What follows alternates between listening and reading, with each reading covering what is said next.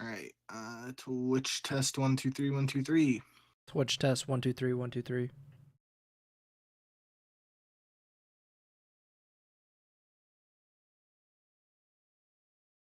Sounds fine on Twitch. Refresh YouTube.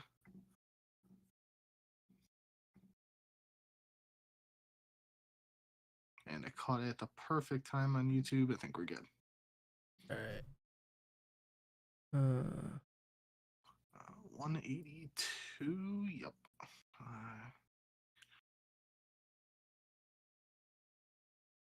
Changed it on both of them. I did. The title, yeah.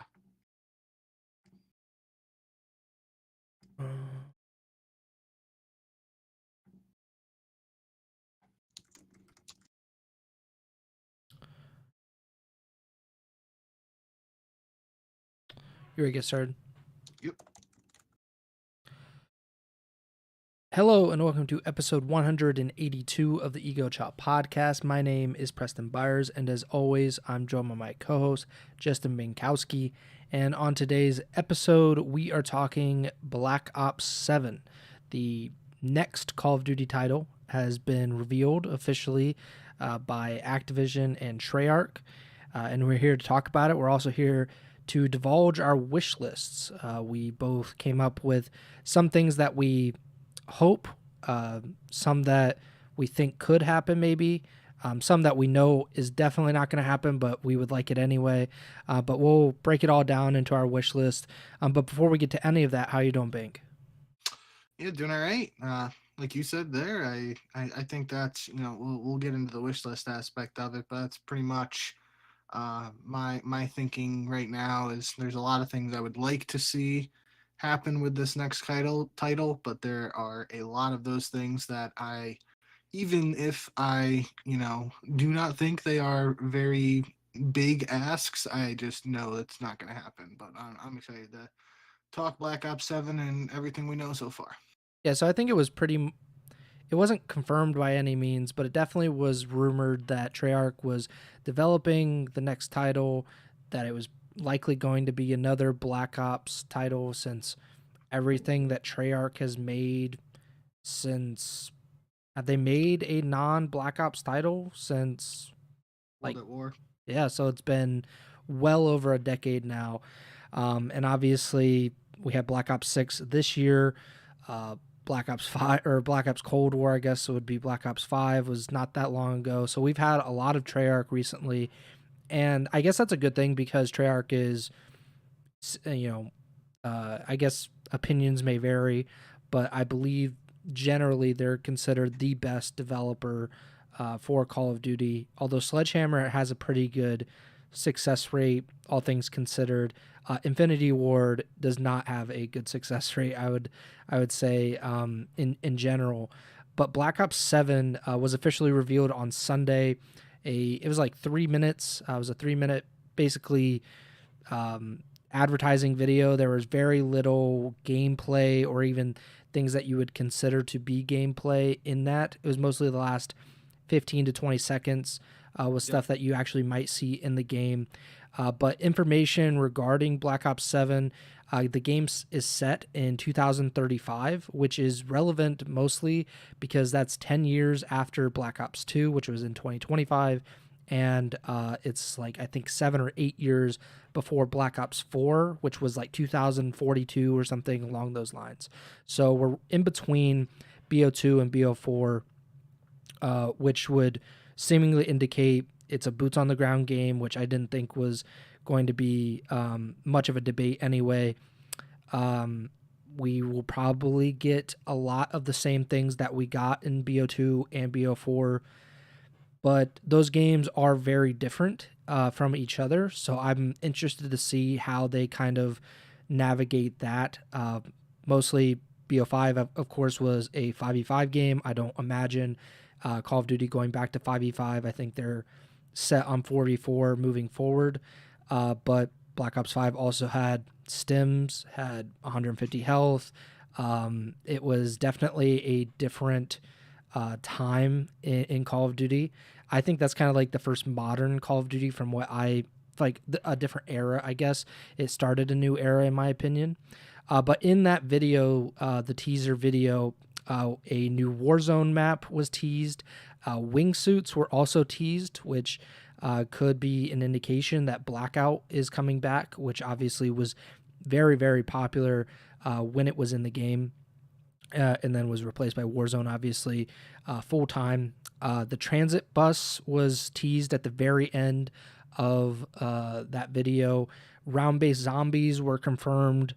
I don't know exactly how this was phrased necessarily, but people were saying that, I guess the people that got the embargoes on Twitter, they were saying that all brand new multiplayer maps, like it was all new or all new multiplayer maps, which, I can see it being all of these maps are brand new, or just kind of like you're getting new maps. I don't know necessarily which one it was, but I have an opinion on that coming later.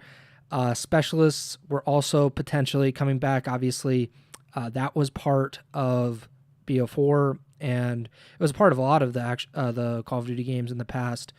And then there was no release date revealed at the end of the video. It just ended, but I don't think any of us think it'll be anything but October or November 2025. Your, I guess, initial thoughts after seeing that teaser video online? Yeah, I mean, like you, there's not really much to take away from it, at least from a competitive standpoint. I Mm-hmm. mean, um, the cool, the meat of the trailer is for the campaign. Yeah.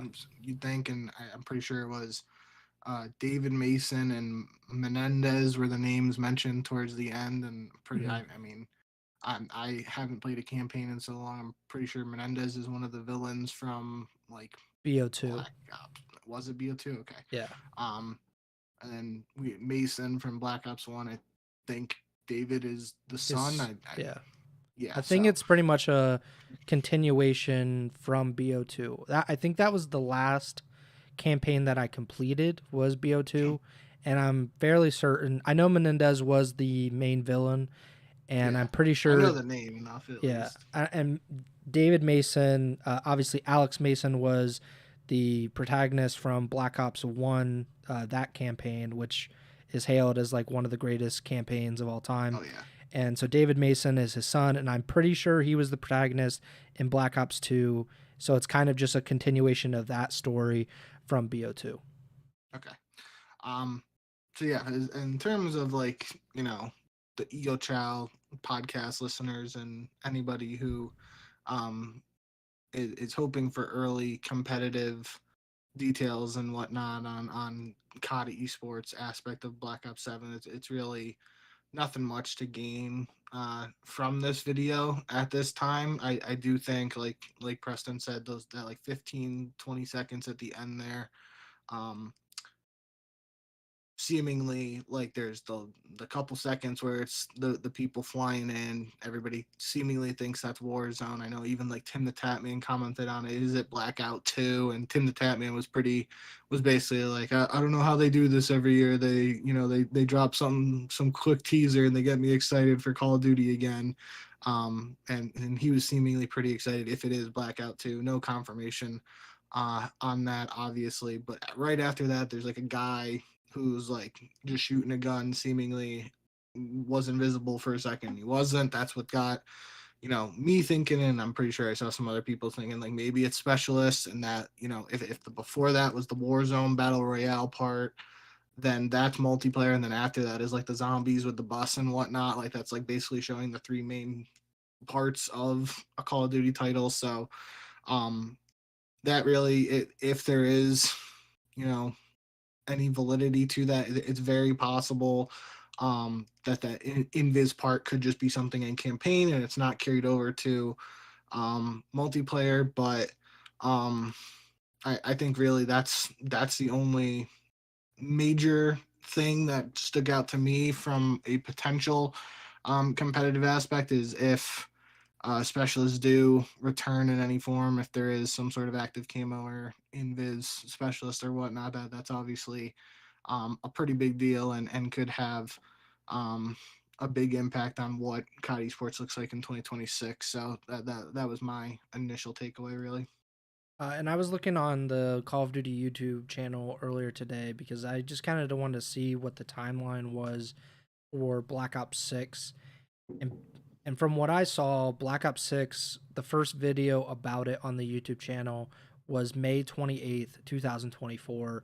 And then COD Next, where you really get to see how the game is played on kind of a wide scale, was August 28th. So 3 months after the fact.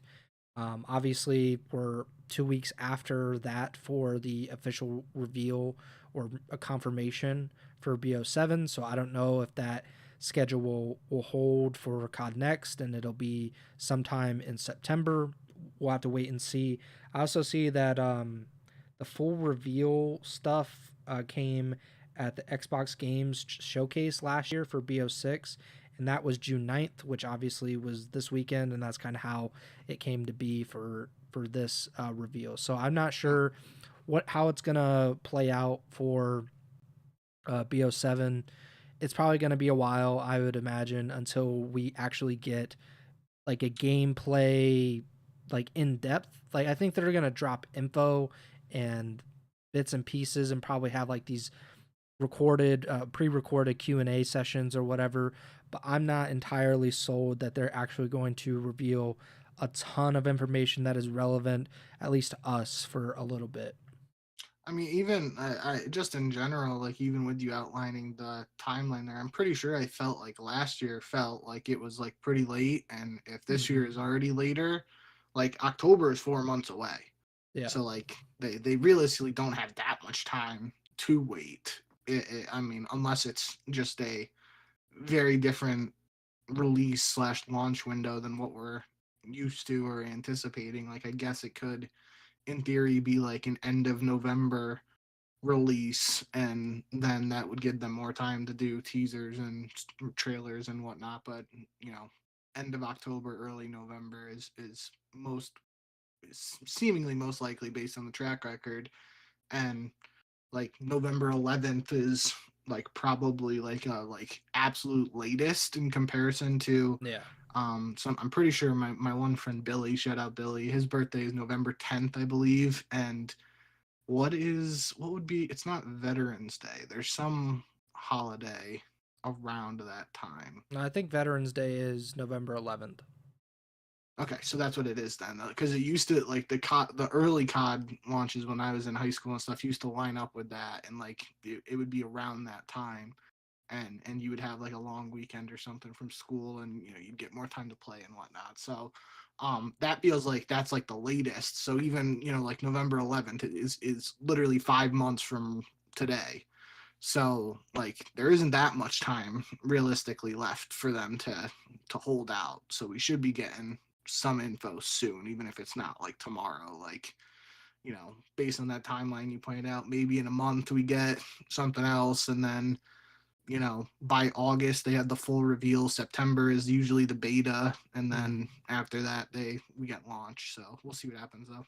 It should also be noted that, and I'm not sure exactly how much this plays into it, but last year or BO6 was the first COD that was like completely under Microsoft's control True. because the sale wasn't completed until October 2023, which was a month before that game came out. And then obviously the following year was BO6.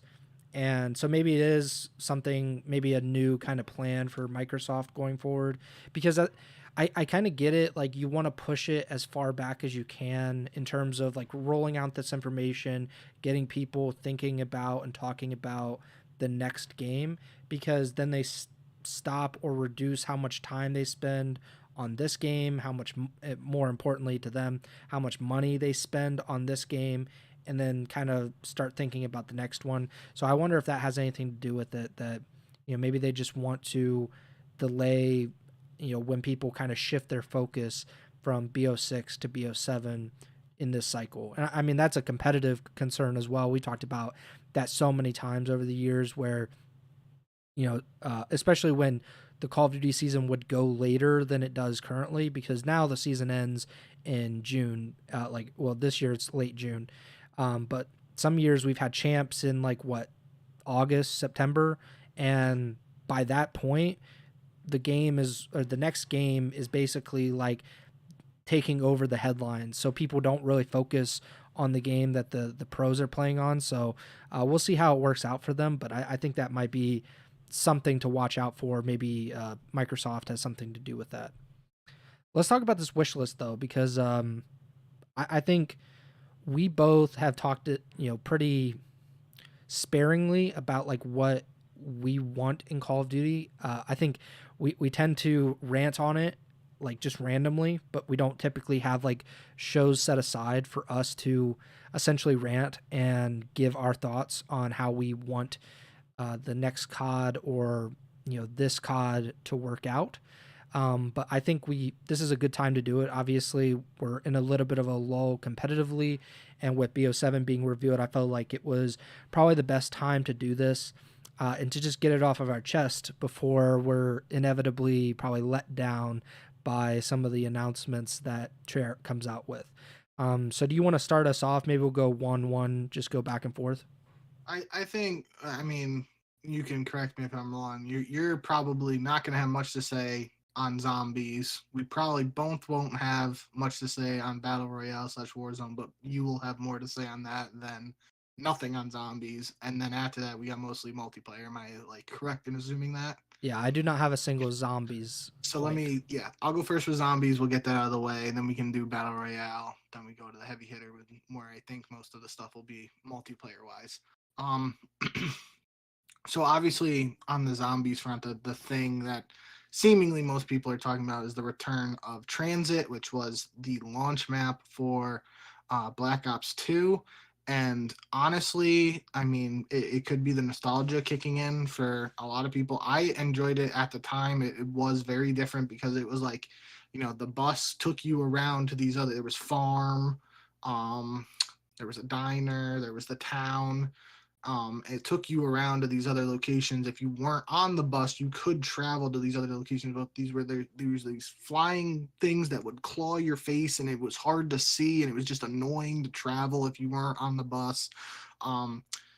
So at the time, I feel like there was a lot of people who weren't huge fans of Transit, and there were a lot of DLC maps. During Black Ops 2 that people were bigger fans of that, if I remember correctly.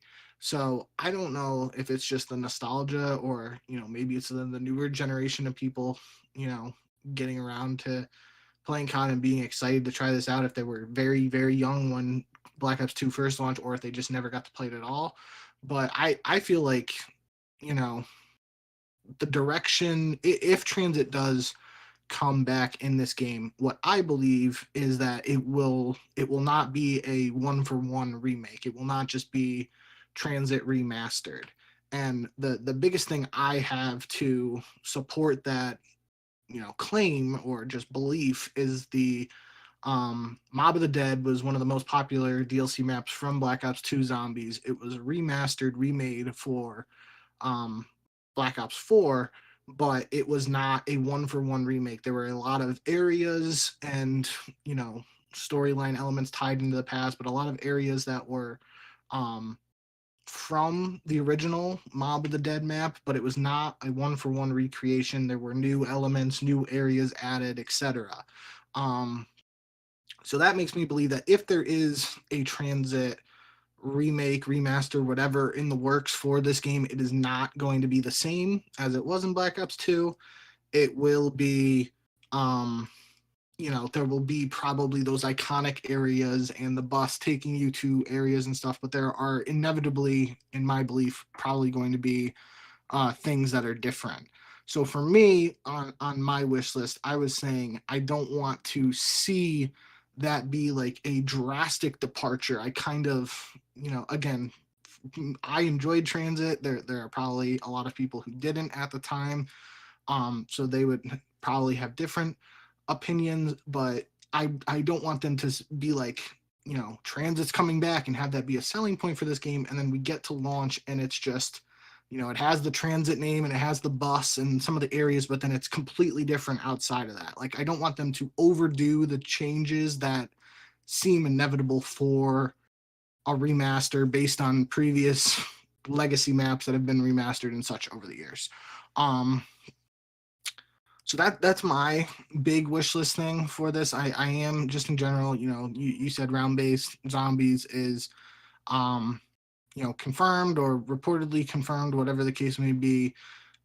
With that, I'm just happy with that because there was, a time probably around this time 2 years ago where we weren't sure round based zombies was coming back in Black Ops 6. And admittedly, that's what I've played the most in Black Ops 6. I really enjoyed um, one of the launch maps in Black Ops 6, Liberty Falls, but I still, whatever the last two zombie maps they came out with, I haven't played either of those. And, it's just, you know, goes along, I guess, with the territory of me just not playing as much COD as I have in the past. But um, end of the day, I still love zombies, and if I am going to get Black Ops 7, which I probably will say for a while that I'm not, and then I'll inevitably end up biting the bullet and getting it. I am probably primarily going to be focused on zombies, especially if transit's back or round based is back in any form there.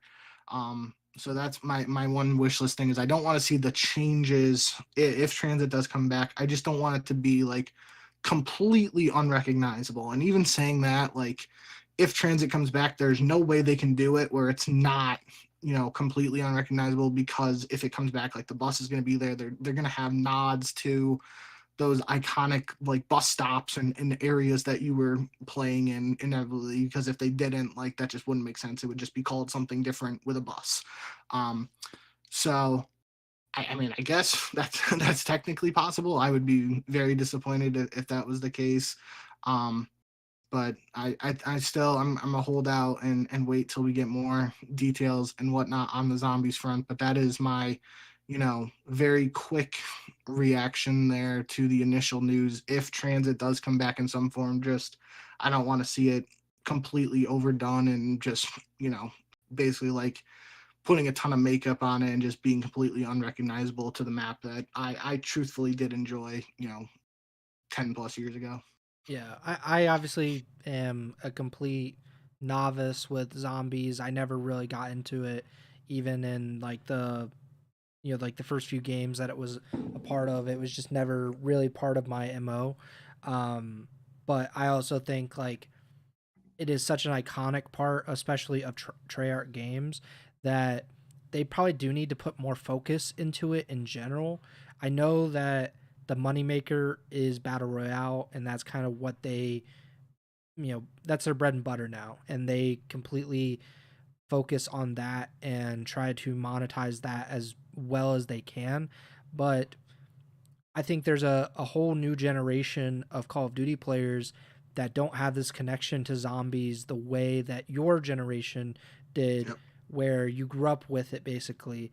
And I think they are going to miss that. And I would definitely caution Treyarch or any future Call of Duty developer in ignoring zombies too much or too long, because then you risk alienating an entire generation of players.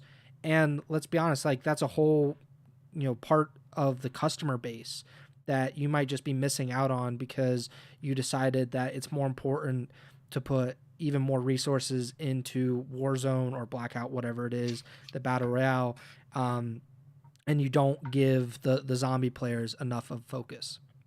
I'll throw one more thing in too that I just thought of while you were talking about from the business standpoint there. I'll put it on my zombies related wish list for Black Ops 7 is Zombies Chronicles 2. There's a long running meme at this point now. Zombies Chronicles was in Black Ops 3, and it was basically like a giant DLC pack you could buy of multiple. It wasn't every single former DLC map, but it was a bunch of them from World at War, Black Ops 1, and Black Ops 2. And it would be there have been a lot of cries over the years for or calls to do a Zombies Chronicles 2 or a sequel to it. But it would be interesting to see how they would do that. There were rumors even this year that Zombies Chronicles 2 was going to be a part of Black Ops 6. At this point, I would be very surprised. Maybe it's something they do at the end of this year, but Yeah. from a business standpoint too, it is interesting because like that whole concept of map packs and DLC being monetized and having to pay for it, that doesn't really exist anymore. You get your maps for free with the season updates, and the money is in the microtransactions and stuff. So I don't even know how they would realistically do it, but since we are doing wish lists and we said we are including things that aren't likely at this point, I'll throw that in there as one of my things that I would like to see in Black Ops 7, but I don't think is going to happen is a Zombie Chronicles 2. I'll even say, I mean, if you do a Zombie Chronicles 2 and you have to pay for some of these maps from the games that I used to love, and you know they look good, like Kino der Toten, one of the most iconic zombies maps from Black Ops 1, if they did that on today's with like 2026 graphics, like I would probably never play anything else again in the rest of my life. And if I have to pay $50 to get it, I would do that. So I'll throw that on my wish list. But it would be interesting to see if they were willing to do some sort of like jumbo uh legacy map pack or just whatever you want to call it, like how they would do that in today's day and age with the difference in the changes in business and stuff like that. So your comment got me thinking about that. I didn't really have anything about BR. I don't know if you did, but I would just say in general, bring Blackout back. I enjoyed watching it. I didn't really enjoy playing it. I'm not a BR guy, like I never have been, so it doesn't really interest me one way or the other. But I remember watching Formal in particular on Blackout, and he was very, very good at it, and that got me interested in just the space in general. So I would say just bring it back, like bring back the map. Like you don't really need to. That's the thing with a lot of Call of Duty features is you don't really need to do too much. If they brought back the exact same map they had in Black Ops 4, then people would be so excited for that. And like you basically copy paste from BO4 into 2025, 2026 COD. It makes you a ton of money. I was joking with some of the guys talking because there's a new ARAM map coming to League of Legends with the next update, and they're gonna have um I can't remember which way they did a dev video yesterday, and they either said that you're going to be able to vote on it or it's going to be a rotation of like what the maps are. I can't remember. I don't think they said you can vote on it. I think that was the joke in our chat, and I said, "Wow, map voting, that's like, you know, such a unique concept. Call of Duty should bring that back." But like you think about it, like that didn't they brought it back this year, and it was like, oh my god, we can vote for these maps. We don't have to, you know, leave the lobby if we get that stupid map from MW2 or whatever, where it was just Yeah. the long narrow highway with all the cars. Um, so like you joke about, you know, overdoing it or whatever, but like, you know, there was the year where they weren't going to have red dots on the mini Yeah, map, exactly. and then they brought back the red dots on the mini map, and people were like praising it like it was the greatest change ever. And it's like, well, that's really not a change when it was a thing and then they took it away and they brought it back. Like it just should have never went anywhere. That's like with map voting and some of this other stuff. So rant aside there, on the BR front for me, another take that I think isn't extremely popular is I really did enjoy Blackout when it first came out. And I think the initial launch of Warzone is inevitably, you know, or just, you know, unquestionably like the biggest BR success for Call of Duty. I think in my eyes, it's like OG Warzone, then Blackout, and then like Warzone 2 and whatever else has come after that is after that. But I really enjoyed playing Blackout, the original mode, just from it like when it came out and whatever, like the I'm gonna say Fortnite and compare it to Fortnite, but I know that's not like the best comparison, but just bear with me here. Just like that, the whole like in Blackout, you didn't have your loadouts and stuff like you do in Yeah. Warzone. You had to drop and you had to pick up your guns, you had to pick up the attachments and whatnot to put on the gun.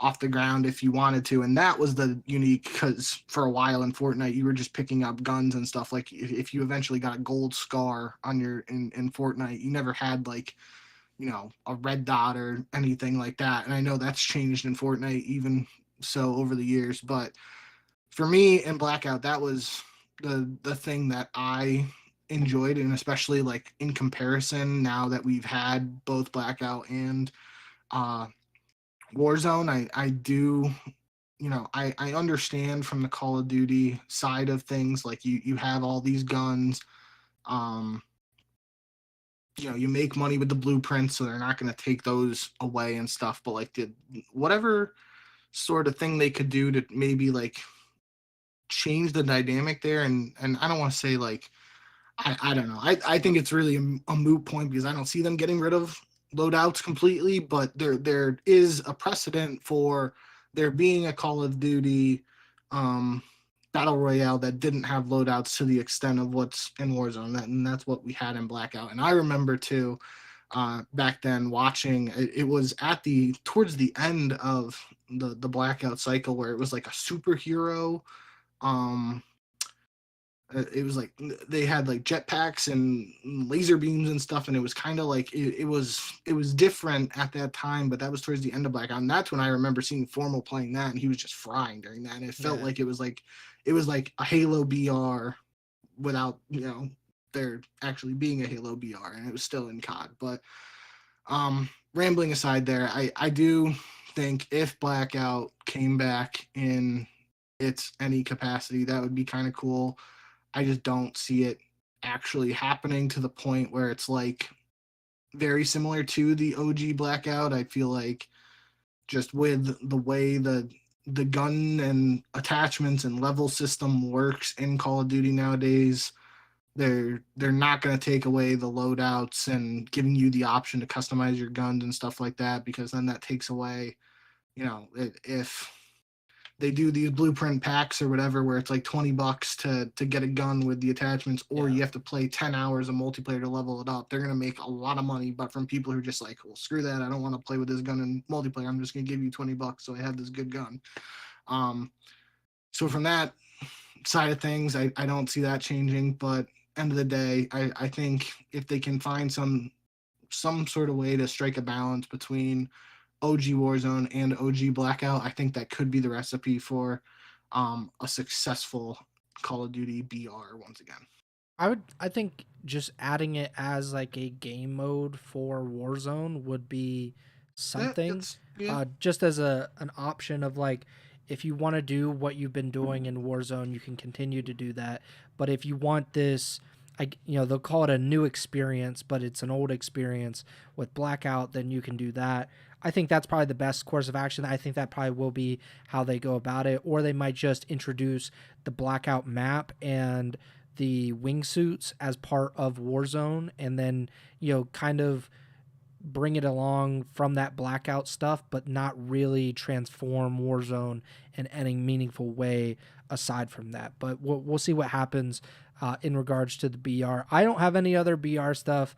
I don't think you have any zombie stuff. So everything else I imagine will be competitive / multiplayer related.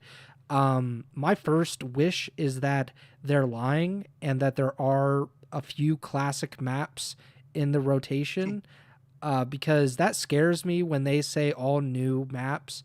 I know that they usually put like 16 or so in on launch. Usually 14 of those are absolute butt and cannot be played competitively. Some of them have to be, because that's just the life that we are, that we live in competitive. But I just don't see a way for Treyarch or any Call of Duty developer to make 16 maps, or even a fraction of that are competitively viable and good. I just don't believe in them whatsoever. If this was 2012 Treyarch or 2011 Treyarch, I could see it. I would have faith in them. It is not that. They are so far past their prime in terms of map creation and map design that I do not trust them. Like, I think there was a rumor that it was going to be a BO2 remastered kind of deal. Oh, Oh, I do remember that. but like I would have been fine with that obviously because BO2 had some really really great maps, and had a pretty deep map pool when you got down to it. I didn't really need that per se, but to say, well, we're not going to put standoff is a great map. Like, just if you have to expand it, but even if it was just a copy and paste, I think a lot of people would be happy. Same with raid. Obviously raid was in uh I think that was Cold War, if I'm not, no, it was Yep. Cold War. So we've had, and obviously Hacienda from BO4 was in this game. Fringe is coming in from BO3. Just don't limit yourself of, especially on launch, where I know they're probably under some kind of time crunch, or it's been a tough development period. Don't put so much pressure on yourself. Please do yourselves a favor, I guess, and make some classic maps, just so competitively we could have some for launch. Only thing on that front, I'll say it would have been MW. Was it MW3 that had the MW2? All the remastered maps at launch, or was that? Yeah, because it was back to mm, back, right? Yeah. So So yeah, that I was think they had them only all. was that only last year? Am I like faded right now? Yeah, No, that it was. yeah, I think it was. I'm It's getting the been timeline mixed up, it's been a long but time. that's the only thing I'll say on the front of, like, we've seen the extremes of this debate to the point where, like, there are no remakes at launch, and then there's just remakes at launch, and even like especially from a competitive standpoint, like MW2, the OG MW2 was a game where hardpoint didn't exist, and then we were running Hmm. into issues where we're seeing maps like Skid Row. um Trying to think of some of the other maps that, like, didn't work for hardpoint, but for lack of you know remembering exactly how it all went down, I just remember that was a thing. Like, at the start, we were saying that, like, you know it's cool to have these OG maps back, but, like, especially from a competitive standpoint, we don't know how they're going to work on these modes that, especially like hardpoint didn't exist when OGMW2 and these maps were being played. So how they translate to that, um that's going to be a thing here, especially depending on what game some remakes would be for in Black Ops 7. But I did put something similar on my wish list. I said, my thing is good original maps, but I'm okay with a couple of banger remakes if necessary. And I do agree, thinking out loud, like, I'm not going to put my faith in these devs to deliver over 10 really, really solid, brand new multiplayer maps. So, um, some really good remakes are probably necessary. And I'll say, even on this front, for Black Ops 6, like a map like Red Card, which I feel like at the beginning of the game, I mean, even Rewind, I feel like Rewind was, obviously taken out of the competitive map pool and whatnot. So, um, it's not as good of an example, but I feel like at launch, like Red Card and Rewind were like two of the maps that people were complaining about. Not the most, because there were other, pub maps and whatnot that weren't even, like, considered competitively, but from a competitive standpoint, it felt like early on, like, people were complaining and not huge fans of Red Card and Rewind. But I feel, especially Red Card, I feel like Red Card has grown on me from a viewing perspective, and I think that has to do with, like, um just the movement and the pace of play, really. Like, it's a bigger map, and especially like you were mentioning standoff and stuff, it felt like that was, I love me some standoff, I love playing search on it, but, like, with today's movement, like, just like you can get from one side of the map to the other in like 10 seconds with the omni movement and whatnot, and it probably, it might even be faster in Black Ops 7, if, depending on what the movement looks like and all that. So that is another thing to consider with the any remakes that potentially do come. with Black Ops 7. But I am with you on that train of thought there. Um, that I think, obviously I'm very hopeful that we do get some good original maps. I'm not delusionally hopeful to the point where I expect it. I have to, fingers crossed, hope we get something. And then hopefully we get some really solid um, remake maps and not, I'll just say Fringe, even though we're getting it in Black Ops 6, but just for an example, Fringe is a map that hasn't been remade to the point of like Raid and Standoff Express, these other maps that we have seen uh, remade recently. Like, I heard people talking for this year for Black Ops 6, like Arsenal and Frequency, maps from Black Ops 4. Like maybe it's some of these other, as much as we, you and me love these like OG maps, maybe some of those maps from, you know, older in quote games, that older than the OG or newer than the OG games. Maybe that's what we have to start pulling from there so it doesn't get too repetitive on the remake front. I was actually just looking up the maps. I think Aftermath, I think it was part of the early BO2 cycle and then it got shifted out. Same with Meltdown, but those are 3-lane maps that might work even better with, because those were kind of bigger maps. Aftermath definitely bigger than Meltdown if I remember correctly, but those maps might be better nowadays than they were back then because of the movement that you were talking about. Um, I mean, I think Slums, I think it got remade in a That was more another one that was so like it, small. it felt so small. Yeah, But yeah, like those there are some maps I would imagine that could work. Plaza, which probably is a little too ooh, small as well, but that is a 3-lane map.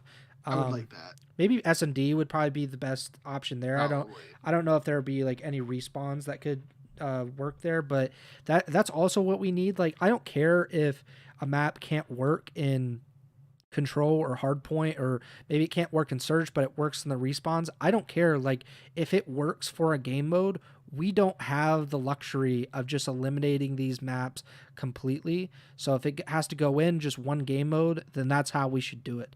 But another point that you made about the movement and how quickly everything is, or how quick everything is, one of my wishes on this list was no omni movement or Ooh, tactical sprint, because I think those two things, I think omni movement, like there are good and bad things, but I would also say no slide. That will not happen. I'm almost sure of it. But I preferred the BO2 movement, which would like BO2 movement plus perma sprint, because I hated the cooldowns between sprints. I think just a full almost marathon basically with BO2 movement would probably be the best, because it does eliminate some of the corners, like the cammering that goes on in modern day Call of Duty. I think it could, I don't know if eliminated is the right word, but reduce it for sure. Reduce the frequency of that. It would also just make players have to play smarter, because a lot of times in, we've seen this in Fortnite, really, like the quick fast paced stuff can almost become like it becomes an advantage, but it also doesn't take a lot of skill to go fast at things, and it does take away some of the skill gap when it's so fast. And if you slow it down, the I think usually the better, smarter players will have a better chance of competing. And I would like to see that come back. I don't know how realistic that is, because tactical sprint has been a part of Call of Duty for yeah, basically since like Modern Warfare 2, Modern Warfare. Um, and Omni Movement is obviously kind of like, it was the big thing this year. So I don't know if they would be willing to yeah. take it out 1 year later. But what do you think about the movement moving forward? So that's what I put down on mine: enhanced slash fixed movement. In other words, address snaking. And what I was thinking of in that regard is I just think this whole like this year we've heard like the GAs around, like, people doing the two pumps. They've been calling it pumps, which is just funny, but like, up down. If you do it twice, that's considered snaking. Then it went down to a GA. If you do more than the one pump, that's snaking and all this. Like, the one way you get around having to try to self-police that with the GAs and whatnot is we just get some sort of answer on the development front to snaking. And even RIP X Defiant, which just went down, but they tried to do something to that extent where it was like, if you're trying to do the repeated movement, it got slower over time. Yeah. Just something. I don't know if that's like necessarily the best answer or the best way to address it, but I would like to see something beyond these players trying to continually over police themselves. Um, on something like a movement. I do think the Omni movement isn't going anywhere. I would be incredibly surprised if it did. Sliding isn't going anywhere, at least in my opinion. I don't see that happening.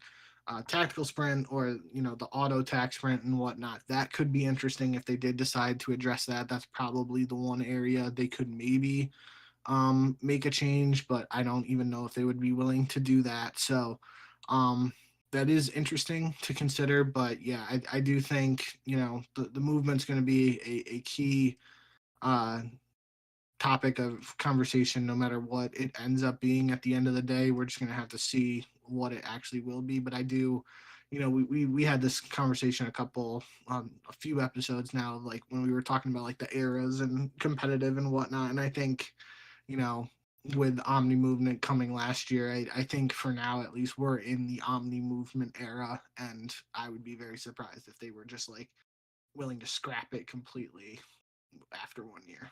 Yeah, me too. Shout out Jay Hearn in the YouTube chat. But yeah, I don't think it's gonna happen. That's one of the, I just hope it happens, but I'm pretty much sure that it won't. At least be this year. It would have to be some larger uh, push for this to be changed, and I don't think that is the case whatsoever. I think at the beginning of the games, that's when people have the most fury for a lot of this stuff.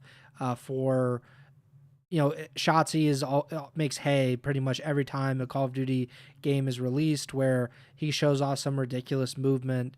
But then a lot of those things don't come up in competitive that often, because a lot of these players are just very good at movement in general, and they're able to adapt even if they aren't like as graceful as Shotzi. They're able to adapt to the situation. At the same point though, like I just think the faster we make Call of Duty, the worse it typically is, especially with respawns. Sometimes in the respawns, it's like there's no way to keep up with this action. Like they're just going way too fast, and especially in hardpoint specifically, where slowing it down might actually make it more dramatic and therefore more entertaining. But yeah, we'll see what happens with all of that. Do you want to go with another one of your wishes? Well, Jay Hearn just said in chat here, did y'all hear about snipers supposedly coming back in? I did not hear that, but I ironically had it in one of my wish lists. I guess we can kind of loop it in Yeah. with weapons. So one of the things I had on my hopeful but most likely won't actually happen is, I said I don't want the snipers to be so overpowered to the point that I don't want them to be super overpowered so they can be used in competitive. But I think just at this point with what's going on with GAs and stuff, it would have to, I don't even know what it would have to be, because over these last Yeah. couple of years they were like doing like no attachments on the snipers, and even that wasn't allowed this past year. Um, so like I don't even know what would actually have to happen for the snipers to be allowed, but that is something on my wish list. I think some of the coolest moments in um, competitive over the years have been, snipes and Hmm. special moments like that. So I would love for them to return, especially for S&D. Um, in terms of weapons overall, one thing that I put at the top of my wish list as something that could be realistic, but I don't know, as I'm about to say it, how realistic it really is for me personally. I want just a good burst weapon, could be a 3 burst, could be a 4 burst weapon. I want a good burst weapon, not an OP or a super OP burst weapon, because if it's even like remotely better than average, it's just instantly going to get GA'd and never tried. So I want like a decent burst weapon that can be used in competitive, and that in theory could allow for the return of a 3 gun meta. So we have like a fully auto AR, a burst weapon for, the fully auto AR would be like your short, medium range mostly. Burst AR would be your long range gun, and SMG for, the close quarters and whatnot. Um, I'm just a big fan of the way 3 gun metas work out, and we really Yep. haven't had one in a while. And I do think, end of the day, right now, it would be very interesting to see how they would get a 3 or just a burst weapon to actually be usable in competitive without it being GA'd. But if there is a way to make that happen, that is definitely at the very, very top of my wish list. I think the last time we got a 3 weapon meta was BO4. Yeah. So we're around that time in the games. We'll see if that actually happens. BO2 also had a multi weapon meta because, I mean, BO2 was just the best of the best in terms of the metas changed so wildly throughout the year, where there were 4 different SMGs that were the primary SMG throughout the season. With the ARs, like at one time you had 2 ARs being used in the AN and the M8, which I'm almost positive the M8 gets banned or GA'd if it Yep. happens nowadays, like just the exact same kind of gun, which is the most annoying part about the pros. My one wish, it's not on my list, but it will be now, is Slasher to be quartered and be tried for his crimes, because it is ridiculous that snipers have not been a part of Call of Duty this season. Snipers are a part of Call of Duty, like the Call of Duty ether, basically. Uh, the reason that FaZe Clan and Optic are as popular as they are is because of snipers. It is baked into Call of Duty esports as a result, and we don't have snipers. That means that we are not being authentic to the Call of Duty experience, which sounds dramatic, but obviously, like, it is a big part of what Call of Duty is about. So when you don't have it in competitive, you lose something in the process. Jay Hearn said, "I would love to see a 3 gun meta, but I doubt these guys want that. They GA everything." Which, yeah, that goes into the point of just the GAs have to be resolved in some way, have to be addressed in some way. I don't know what that solution is. I don't think either one of us really do at this point in time. I will say, just thinking about it right now on the spot too, the one aspect of the snipers that, even I admittedly wasn't thinking about until just now, but remembering some of the conversation I've seen, uh, not related to sniping, but just related to Call of Duty recently, is like with auto assist and the strength of auto aim and aim assist. That has to play a factor, because like if there's just if the aim assist is strong enough to the point where like it's basically helping you aim this gun that's just one shot, one kill, like that takes away the skill of actually sniping and whatnot. So there would have to be some give and take there, some sort of balance to make the snipers admittedly usable again. But that, like, if there's a burst gun and a sniper in play, like in theory at least, somebody has a sniper, they miss their shot, and you can punish that if you can quickly kill them across the map the same distance with a burst gun that shoots a little faster while that person is like cocking or reloading whatever the sniper is. um but again, that's also thinking about me and my gun skill as opposed to some of these guys, uh, and their gun skill nowadays. Maybe it is just past the time of snipers actually being uh, feasible, and as straight as some of these kids shoot nowadays too. Maybe even the burst gun is too much to ask for, but that's not going to stop me from putting it on the wish list. I don't want it to be super overpowered, because again, instantly GA'd, but if there's some way to get the sniper or a burst gun in competitive without it being GA'd for Black Ops 7, I would very much like to see that. Maybe it's as simple as just making it a headshot kill only. They're If you hit them in the body, it's whatever, you one shot them, but it's not a complete kill unless he's already weak. I think that's Counter Strike does that, I believe, where I mean, or it used to, where basically you had to headshot them and that would kill them immediately, but everything else would just take him down to 1 HP or 2 HP or whatever. So maybe that could be the counter to it. Again, that doesn't really address the aim assist part of that, which is just the developer issue of not being able to address something that is obviously important to especially the competitive scene, but it's really important to pretty much any game mode or any kind of feature within your game. But I actually had a few that are related to that. I obviously had the three viable primary weapons, the meta that you were talking about, because I love that idea in general. I think it really makes um, the skill sets of each player that more important when there are three weapons, because when it's two, then generally you can just do 2-2, 3-1, something along those lines. Yep. Where there's three weapons, obviously, like, you have to play around with how your meta will look with those three weapons. Sometimes you probably won't use one. Sometimes you'll have to use all three, but that's kind of the fun of it. And the way that I think the way that the GAs could kind of be bypassed in a way is you have these weapons, but they're nerfed and they're buffed and they're pretty much rotated throughout the season.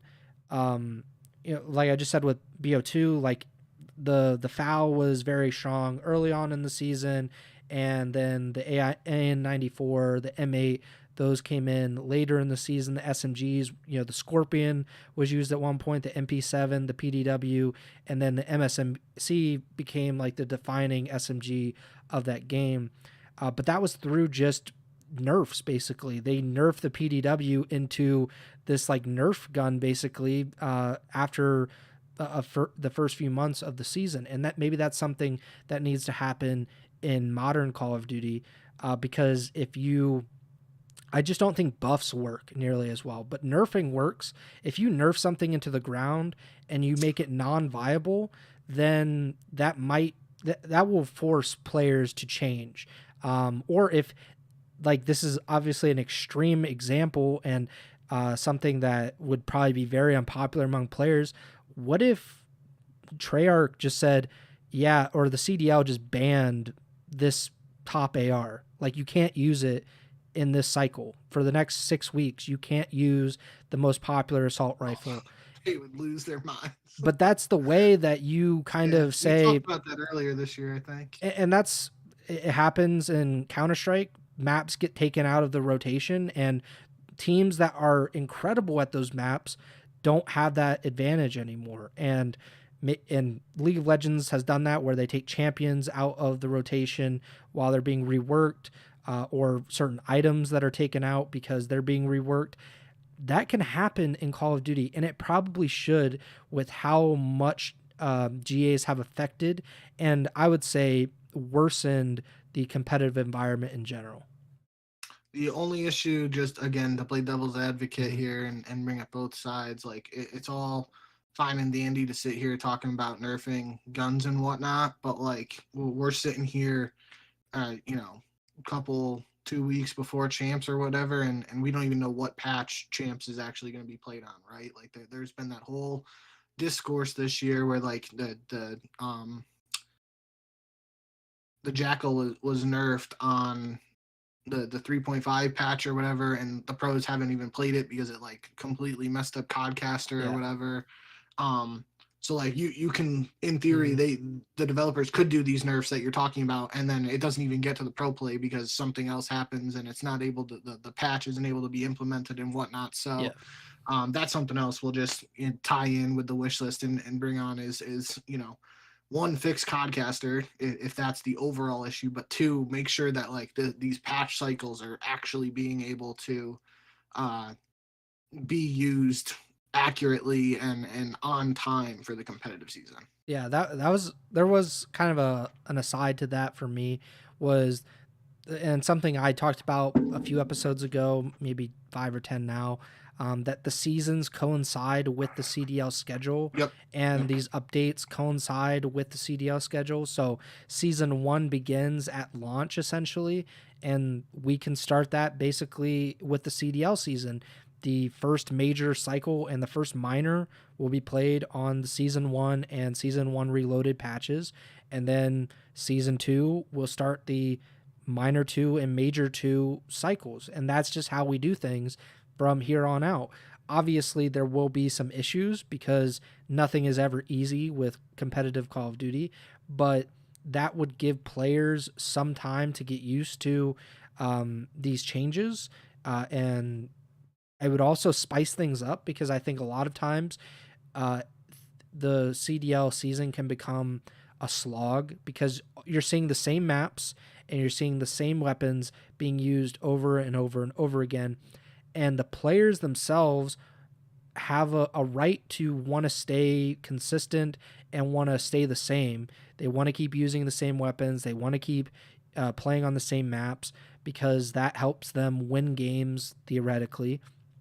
At the same point, it is not good for competitive when it's being repeated over and over and over again. So I think what Call of Duty needs to do is intervene essentially, and they need to tune the weapons more often. They need to buff, they need to nerf, but like you said, it does come down to the developers being responsible and being good at their jobs essentially, and like fixing these things quickly. So if there's a problem, then it doesn't affect the CDL players and the CDL season as a whole.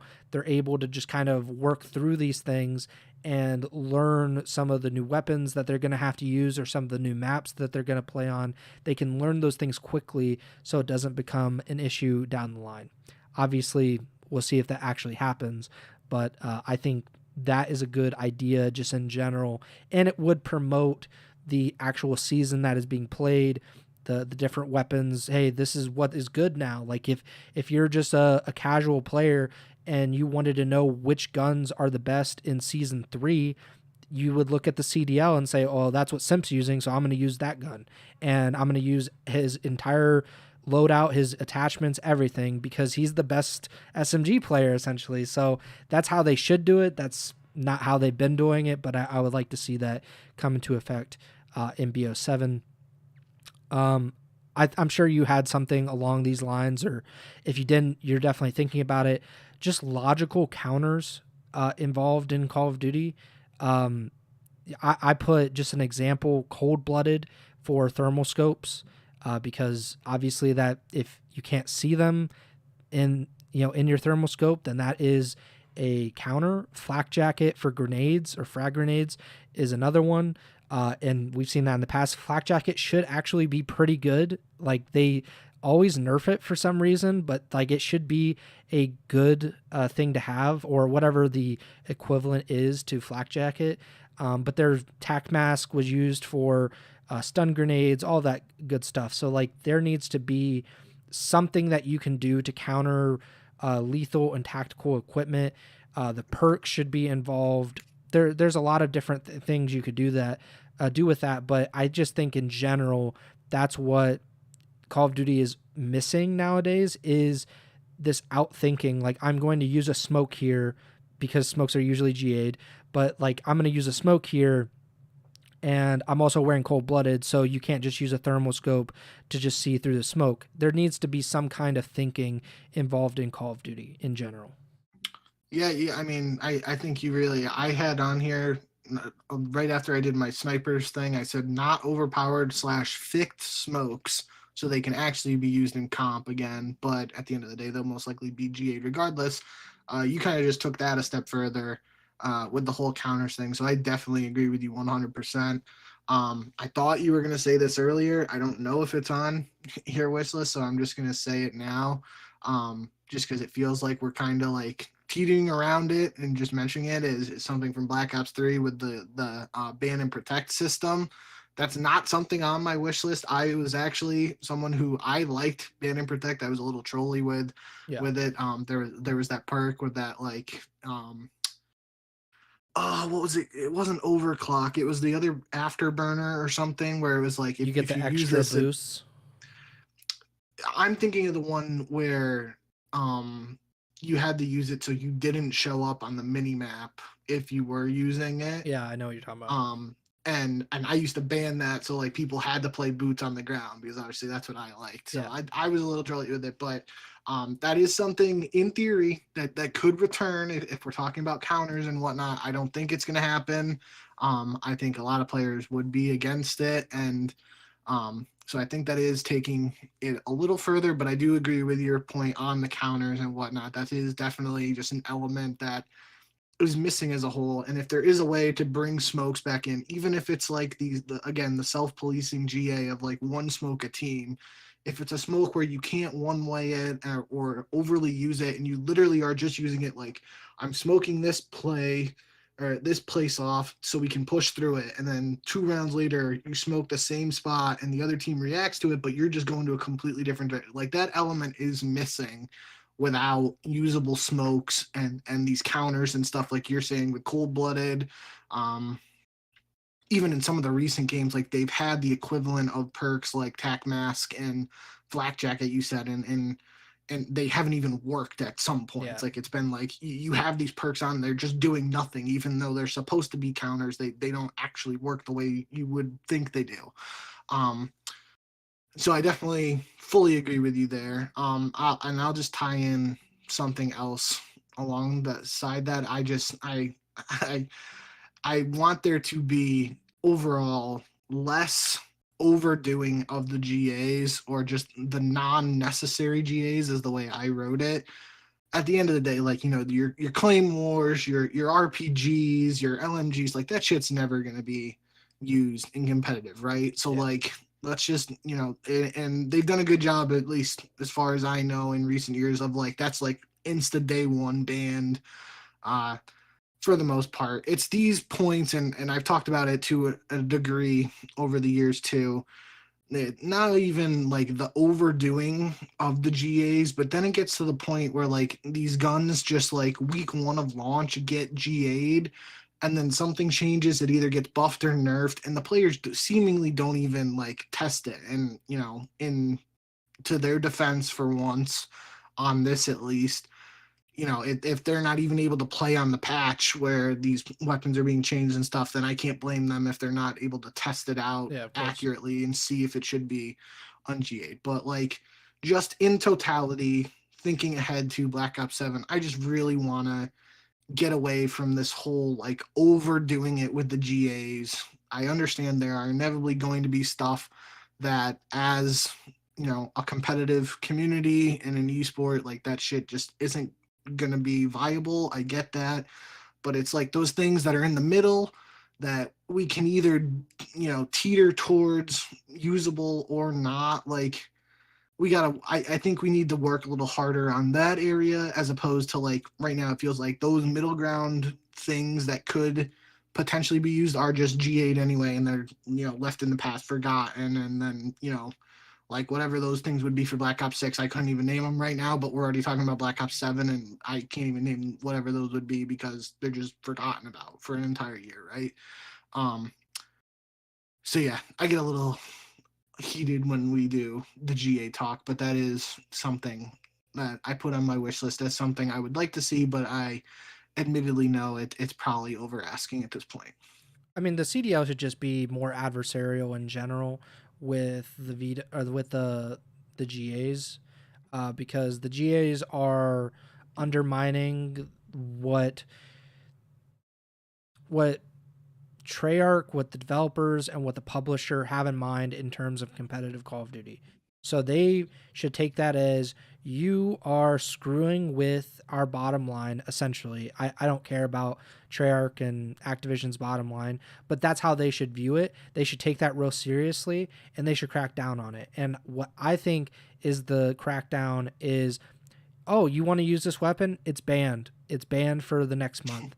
have fun, figure it out. Like, you're going to have to use these weapons that you don't want to use. And yeah, it's going to be unpopular. You're going to see a lot of complaining on Twitter over that month, but they're still going to use the weapons that they were never going to use in the first place. And what you said is, it's an undeniable fact, because other pros have said this. Pros have said, oh yeah, like, we just don't want to have to go back and test this AR after we banned it 4 months ago. And that's understandable. Why would they? Why would they waste time, essentially? Maybe it's not worth it. Maybe it is. But if they GA it, then they don't have to worry about it, especially if you're ahead. If you're the LATs, you're the phases. Why would you spend that much time trying to get an edge on the rest of the league when you already have an edge on the rest of the league, because you're much more talented than the rest of the league? And that's where the CDL has to intervene. And I think the ban protect system, I said it at the time, it was a good idea. It was a great idea, maybe. It just, when you don't have the necessary base bans to essentially, it just becomes repetitive at that point, where it's not even worthwhile, because players are banning essentially the same thing over and over again, because you didn't do your due diligence and were able to get rid of this thing that is unpopular, it's going to get banned. If you had just banned it to begin with, then it creates this kind of, okay, like, what is this team going to do now? Like, what kind of answer or what kind of counter do they have to this other team? So stuff like that can be pretty interesting if it were to be brought back. I would also like to just see, and I didn't have this down, but I just want to see the map ban protect. Like, just put it on my screen. Like, before, like, if you had the ban protect system from BO3 and it was just the maps, I think that would just be like another 2-minute thing that is interesting, that kind of builds anticipation for this match. I mean, we see it in League of Legends. I think that's really cool, where you get to see some of the strategy at play in real time, where the coaches are trying to figure out, like, I mean, they just banned our best map. Okay, like, we're going to ban their best map. All right, like, they protected this map, we're going to protect this map, and we're trying to get to the final result. I think that could help just build the anticipation of a single match, even if it isn't the most exciting thing in the world. Like, I don't really need to see anything else before the match. They've done it on the Twitter this year for the grand finals of the majors. I don't know if they did it for Major 4, because I was at the wedding, obviously. But definitely Major 2 and 3, and I believe Major 1 too, because I know Claire, shout out Claire, you could hear her in one of the videos, and they were going through, I'm pretty sure it was the FaZe Vancouver one that I remember, so that would have been Major 2. But yeah, like you said, from League of Legends, obviously that's different with like the champions and stuff. But like that's what, so the LCK, the Korean Pro League, those matches are on at 4 a.m. Eastern time, and on the weekends they're on at 2 a.m. And like, right now, like it's not going to be on at 2 a.m. But like if we were doing this podcast right now at Friday, I would literally, whatever matches, even if it's like the low ranked teams in Korea, I love watching the draft for League of Legends, and just say, like, some of these champs that are super OP right now considered, like, is a team banning all of those OP, or is the one team allowing 2 of them to go through? So it's like, okay, the team that has first pick, you can pick one of them, but we're getting the other one, and then we get our first pick of the next tier of champs, basically. So I love that in League of Legends, and I do think, I feel like they've done it at some points on broadcast, even from a map, but like, even if they're doing like that segment where it's like Pocket, Alley, and Nameless, like just talking before the map, they don't even have to talk about it, really. Like, they could just show it on like the bottom, like the bottom third, realistically, and just show the maps for the series and like what was taken away and whatnot. I'd definitely be on board with that. I mean, if you did the ban protect with the weapons, imagine like FaZe and LAT going to the grand finals, and FaZe just trolls and was like, "Yeah, we're banning the Jackal and the Aims. Like, you have fun. Like, we've been practicing with these like 3rd, 4th tier ARs and SMGs for this in the grand finals too. Like, there's no escaping us now."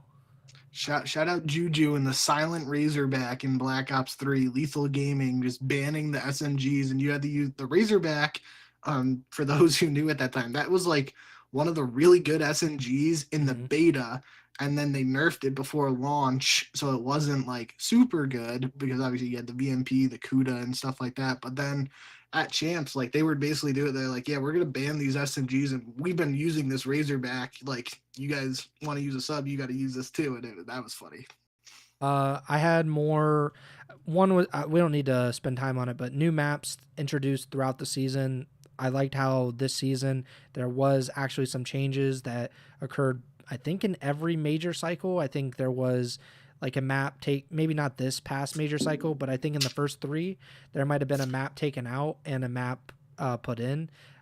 Because I know like red card got moved in and out, I believe, No, red. or You're thinking rewind, rewind. Yeah, rewind. red card's been in.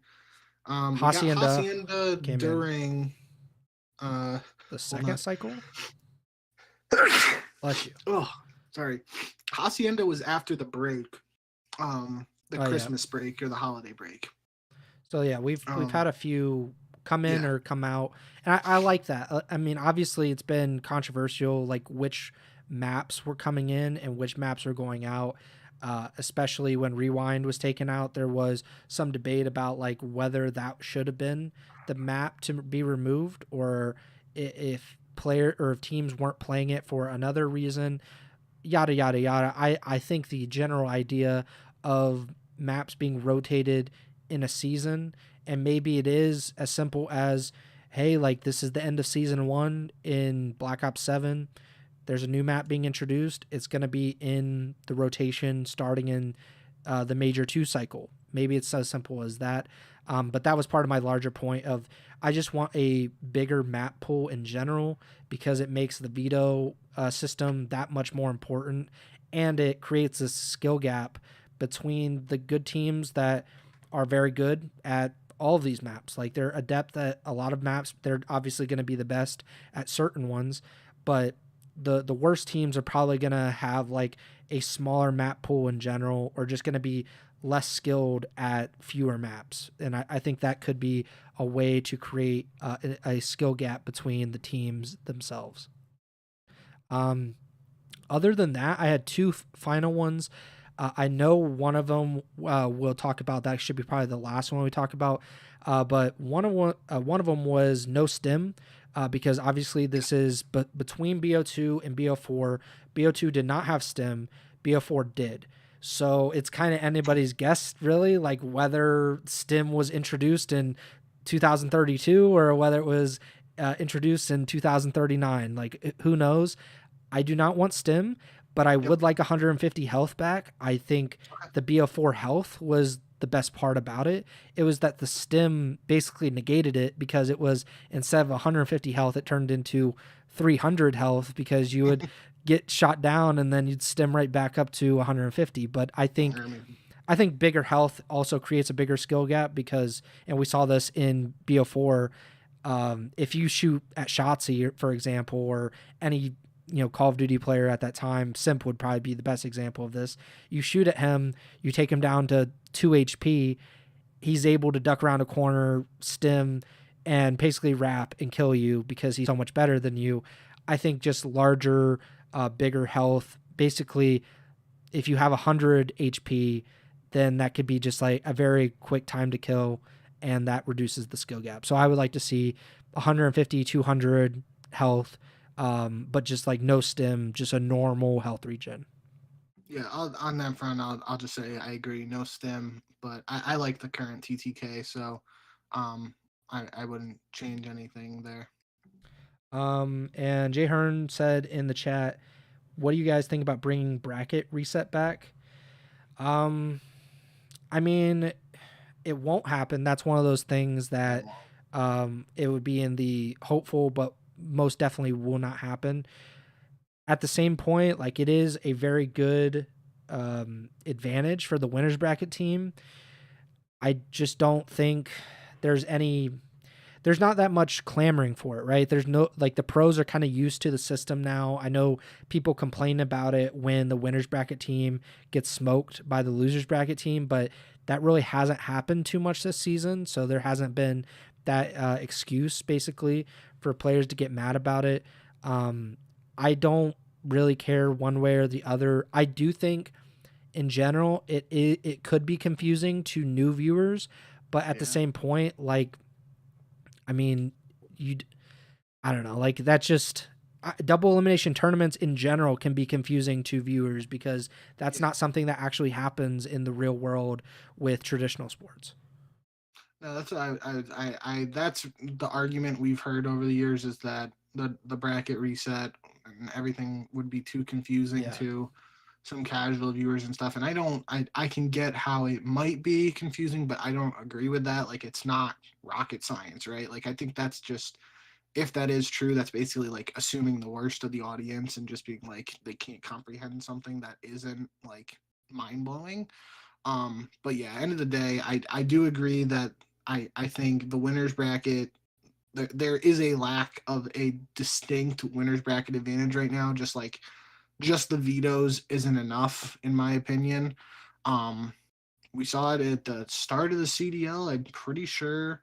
Um, in MW 2019 champs, uh, they started the grand finals of Yeah. champs with a 1-0 map advantage, and I think that's taking it to the other extreme. I don't agree with just giving someone a map win, um especially if there's no reset. So I don't really have a good answer to what it should be. I do think the bracket reset could come back, but I agree with you that it won't. um but I would like to see some sort of way to address giving a tangible advantage to the winners bracket team outside of just the veto advantage. The only I don't think this would address your concern. It actually might make it worse. My solution would be, let's say they played originally in the winners finals, Oh, and you just continue the series, but it I love the becomes best of continuations. 11 series Yeah. now instead of best of 5. The only problem with that is like when they don't play each other previously, but then you might just start it from best of 11, like you have to win first to 6 maps, or just make it a best of 7. I don't know what the solution would be in that scenario where they haven't played each other previously, but I think the continuations, the one concern I have is not about the momentum, because we've seen it go both ways, and that kind of makes me think that it doesn't have as big of an effect as it would seem to have. My biggest problem is, say a team 3-0s another team in winners finals, and then they get beat 2-3 in the grand finals. They won 5 of the 8 maps in that series, or 5 of the 8 maps against that team, and still lost the tournament. I have a problem with that. I think to beat or to win a tournament, you have to, at the very least, like, beat that other team by as many maps as they beat you, if that makes sense. I think there needs to be some kind of evenness with that. But again, probably will not happen. I think we're just going to see this type of grand finals continue to be the norm. And I would like to see best of 9s, best of 11s come back, where it does incentivize teams to get very good at all of the maps instead of just the 5 that they play typically. But that also takes a bigger map pool in general for that to work on a broad scale. Anything else that you have on your list?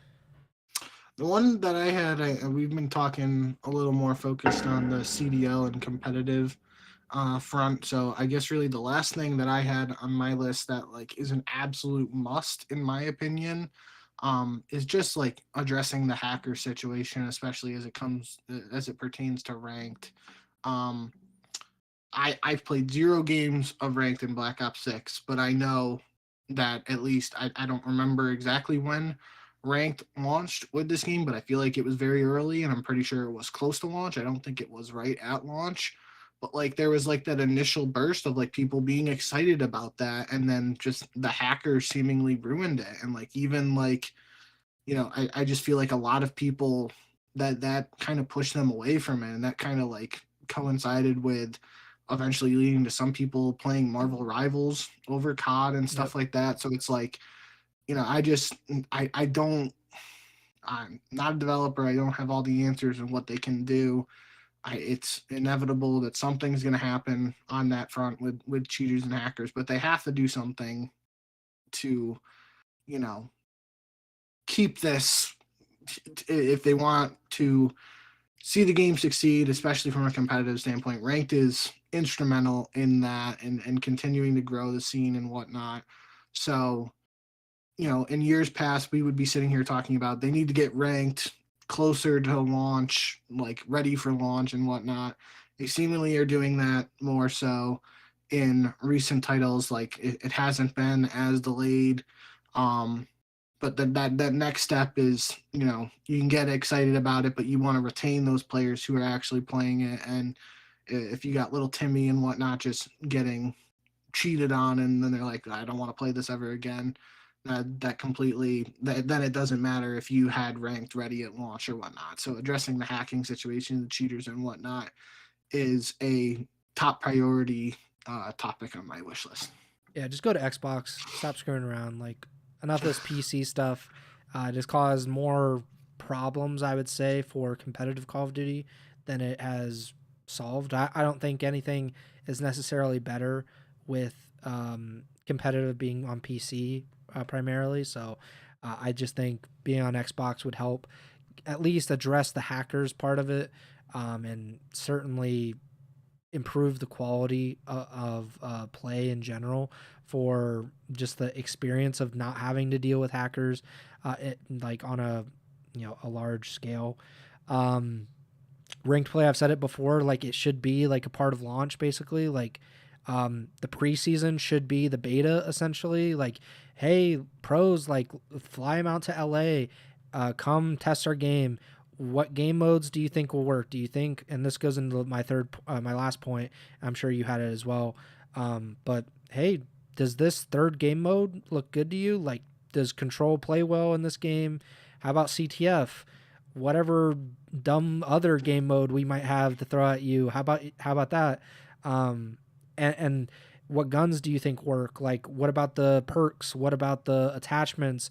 Have the pro players test out all of this stuff, and then when you launch, whatever it is, November 10th, whatever, okay, like ranked play is here. It's been tested by the pros. It's still going to have its bugs. Please beware. But we're trying to do our best, and we're going to kind of roll it out as quickly as we can and make it something where competitive players have this outlet. Like the pub players already have their outlet. It's the public lobby. It's TDM basically. Like that's what they're going to be playing in. The Warzone people already have their part of the game. They're going to be playing Warzone. Competitive people don't have that, and that is a problem by itself. But to move on from that point, the third game mode is probably the biggest question that is surrounding competitive Call of Duty every single season, because we don't have a good answer any season. Every year we go into it and think, will it be a control year? That has been yes, more often than not over the past 5 to 6 years. But that control has not been very good for the last 5 to 6 years. So that's been kind of the issue here. And then there's CTF. So I looked at it. BO2 had CTF as the third game mode. BO4 had control. It was the first COD game to have control in it. Yep.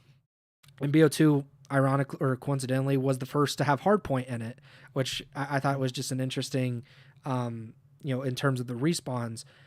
What will BO7 have? I'm not entirely sure. I think it'll probably be control if I had to guess. That just seems like the way we're going.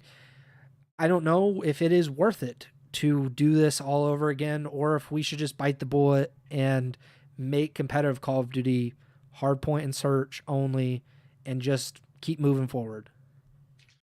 So that literally the last thing on my wish list was, quote for word, an answer to the third game mode or hardpoint / S&D only. And yeah, I don't have the answer for what it should be. I do agree with you that it's more than likely going to be control, or if it's not control at this point, it is going to be some random new game mode that they're testing out as a potential selling point for Black Ops 7. I feel like that's even more likely than CTF returning for whatever reason. But there were rumblings as recent as this past off season of that potential move to like a hardpoint or S&D only, and then the vetoes would determine whether a series is 3 hard points and 2 S&Ds or 2 hard points, 3 S&Ds. Um, I think that's an interesting idea. If it was being potentially discussed behind scenes last year, then allegedly those conversations could happen once again, and that would be another alternate opportunity from a CDL perspective. But yeah, I would like an answer, and whether an answer to the third game mode, whether it is control another mode entirely, CTF, or removing that third mode entirely and just doing hardpoint search. Yeah, I don't know what it'll be. Yep. I've been kind of on the hard point search and destroy train for a while now, because we just we just haven't had a good third game mode basically since BO2. Like, I guess BO3 had good CTF as well, but Jetpack CTF was kind of crazy in general. I never really was a huge fan of Uplink. I'm probably in the pretty small minority Yeah. on that one, but that was kind of what we had for a while. I don't know what the solution is, but I tend to think that hardpoint search and destroy would be the way to go for the foreseeable future, unless we got some. It would have to be some creative game mode where we haven't thought about it at all before, Yep. and it's something new, essentially like hardpoint, which is not like some out of the box idea, because it's essentially like King of the Hill in Yeah. Halo. But I don't know, like I, I've always thought about, like, what if COD had TDM as their third game mode, just like Halo has Team Slayer. Like, that would be crazy. I'm not wishing for it. I would like just to see almost like a preseason match, like what that would look like with competitive players playing either TDM or Kill Confirmed, because either one would be pretty funny. I don't think they would have a lot of fun with it, but I think from a viewer's perspective, it would kind of be entertaining. But yeah, I don't know what happens with that. Do you have anything else on your list? Nope, that's all I had. So that concludes today's episode. Obviously, it was a little bit longer of an episode, but we ranted about basically every single point, every single potential wish that we have for BO7. Again, I think there might be, like, you had what, like 8 or 9 things on your wish list. There's probably 1 or 2 that actually might happen. I Yeah. think it's probably about the same for me. That's just the life that we live as COD fans in general. But let's stay positive, I guess. We'll see what happens. Like I said, it could be a while until we actually get some concrete information, and more importantly, like video and gameplay, to see what BO7 is going to be like, where we can take something away from it, other than, was that a bus? Was that transit? Was that blackout? That's all we're going off of right now. But I think we'll get more of that over the next few months. But yeah, that does it for today's episode. Please like, subscribe, or follow the podcast feed wherever you're listening or watching on. Shout out Jay Hearn in the YouTube chat for showing love. Follow us on Twitter at JBink with 2Ks, at Pres Byers, and the podcast stores at Ego Chall Podcast. The next live show will probably be pretty soon, like over the next day or two, before I go out of town. But if you're just a podcast listener, you're on the feed, or you subscribe to the YouTube channel and don't watch the live streams, but you actually like watch the videos, then you'll be getting the podcast probably at the normal time. I've been trying to stick to the every Wednesday and every Monday, or no, excuse me, every Thursday and every Monday, you get new episodes. So I'm trying to stick to that. So I would imagine it'll be on the same schedule as that. But if you like the live streams, then you can, get it at YouTube, twitch.tv/Ego Chall Podcast. While you're there, follow Bink on Twitch, twitch.tv/JBink with 2Ks. But yeah, you can watch the live stream as we're going, like tonight. But this might not actually go up until Thursday morning, just to kind of keep the consistency. But we're a week and a half away from, 2.5 weeks until champs, I believe. Yeah, it's like my birthday is the 26th. I think it's the 27th. Yeah, so 2.5 weeks. until champs. We still have our power rankings / tier lists to do, and I think that'll be the next episode.